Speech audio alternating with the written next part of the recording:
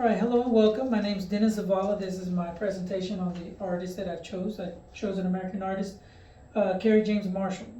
He was born on October 17th of 1955. He was born and raised in Birmingham, Alabama, and he eventually moved as a child still. He moved to Los Angeles, California. He was actually part of the civil rights. He was born around the civil rights and the Black Power movements at the time. His home in LA, in Los Angeles, actually was just down the street from the Black Panther Party headquarters. So by being part of these communities, actually and those movements, well, had a significant role and part of an impact on his paintings. So because of the Black Power and the Civil Rights Movement, that's what he saw a lot of. So that's what a lot of his subjects were about, Black cultures and the community, and a lot of his own life experiences. That's what he was drawing off of. He was recognized also as one of the leading contemporary artists of his time. He was in the Times 100 list for one of the most influential people in the world. The first picture I have here is a canvas called The Lost Boys. He did in 1993. It's acrylic and collage on canvas. It's a very huge, really large image. We'll come back to it in a second. I'm just going to explain that it was inspired by the death of a young boy that had a gun, and police officers gunned him down, and I'll get into the story in a second. It's full of very abstract representations that, like, you'll see when I get to it. It's just very powerful meaning, and like I said, it was 8 foot by 10 foot canvas. But when we do look at this, here's a young boy that was actually shot because he was carrying a pink plastic gun. Officers killed him, and at the same time killed an innocent child on a coin-slotted ride here. He's all smiling. He didn't know. When you really look at the paintings, there's some dates on here, and those are the dates of when they died. They have it under him and then on his chest, on his sweater. But when I talked about the abstract imagery that I noticed was this tree. A tree is of significantly, it signifies life. But what's happened here is police have taken an innocent life. And it says life right here on the tree itself, and it's wrapped in a police tape. But yet when you look at the tree, you would think, trees give off fruit, and that's great. But if you really notice, these are actually bullets. Oh, wow. So, I mean, they've killed an innocent life, a tree. I mean, a tree, it's an innocent, and these kids were innocent. And just because of that, they were killed, but all in the lines of police officers' hands. My next one is the style. It was drawn in 1993. It's an acrylic and collage on canvas as well. It's another huge, enormous painting. I believe it's 8 by 10 again. We'll come back to that. Yeah, 8 by 10 foot. It's the barbershop. That's where the Black culture and community thrived. That was a big thing. That's what the business was in those days. That's where they came together. People got their haircuts. They hung out, watched the news and everything. And this painting, he wants you to feel like you're actually in that image. He wants you to be a part of them and be part of that Black moment, that it's real, that it's authentic. This is authentic. This is authentic as you're going to get in a barbershop. You come in, it feels like these people are looking at you, like, oh, he's welcoming you in. There are a lot of primary colors in the background that show the items in the barbershop. Your drawers are white, and you got yellow and gold handles. Your red. It's showing you the beauty of what they have.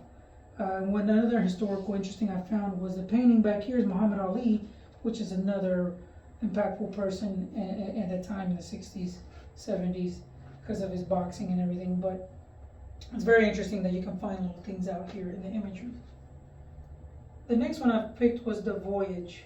The Voyager, 1992. It's acrylic and collage on canvas as well. If you really look at it, it's a schooner.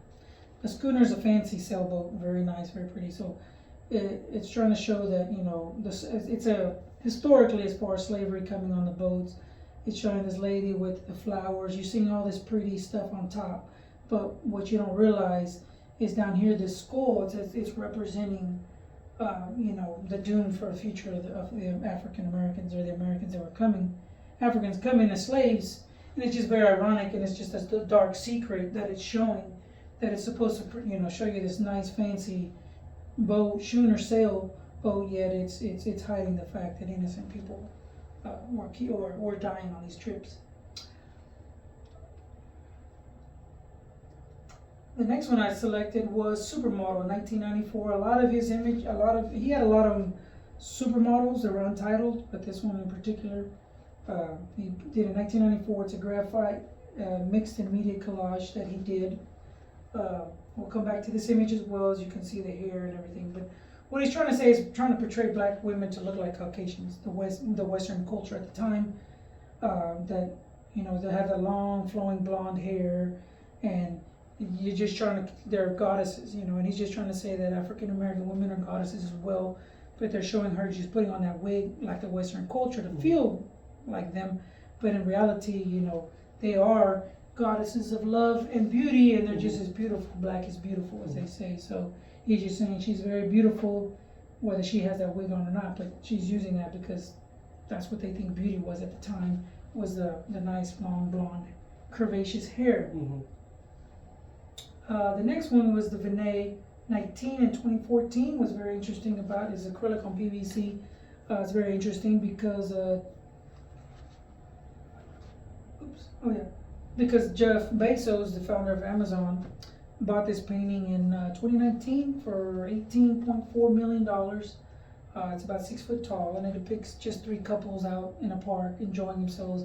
It's kind of like a love imagery is what I found here. You know, this is kind of like shaped like a heart, the rope, and there's a cross here, so it's, you know, very kind of religious, you know, the culture at the time, but these pinks and those all lovey-dovey, but inside of there is the image of love. You know, you're gonna have your, you know, got to meet somebody, or you're gonna have your altercations, maybe like them.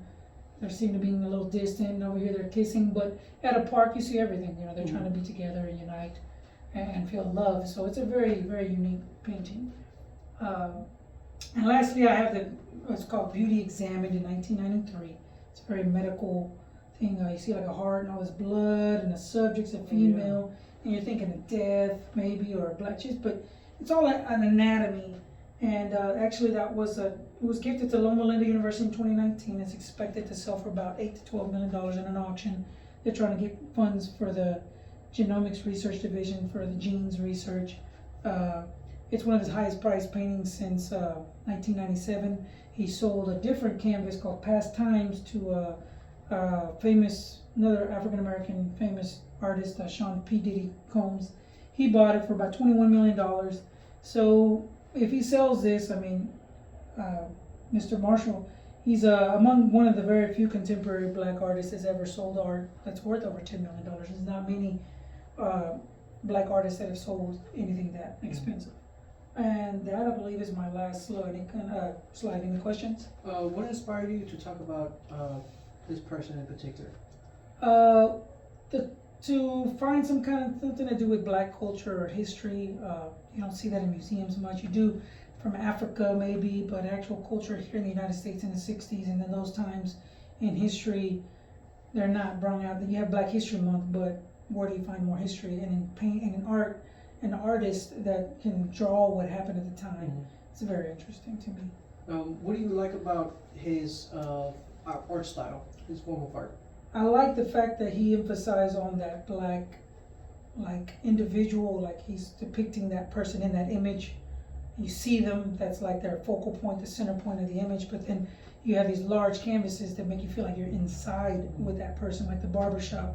You know, when you're looking at, you know, he makes you want to feel like you're inside of there. It's so huge, it's 8 by 10, it's bigger than this wall, you know? So it's like you're actually in there, you know, these people, like you're interacting, but you can see how he emphasizes on the black people, the black emphasis, and they're looking, I mean, just, it's very interesting. Any other questions? No, sir, that's it. All right, well, thank you. That concludes my presentation.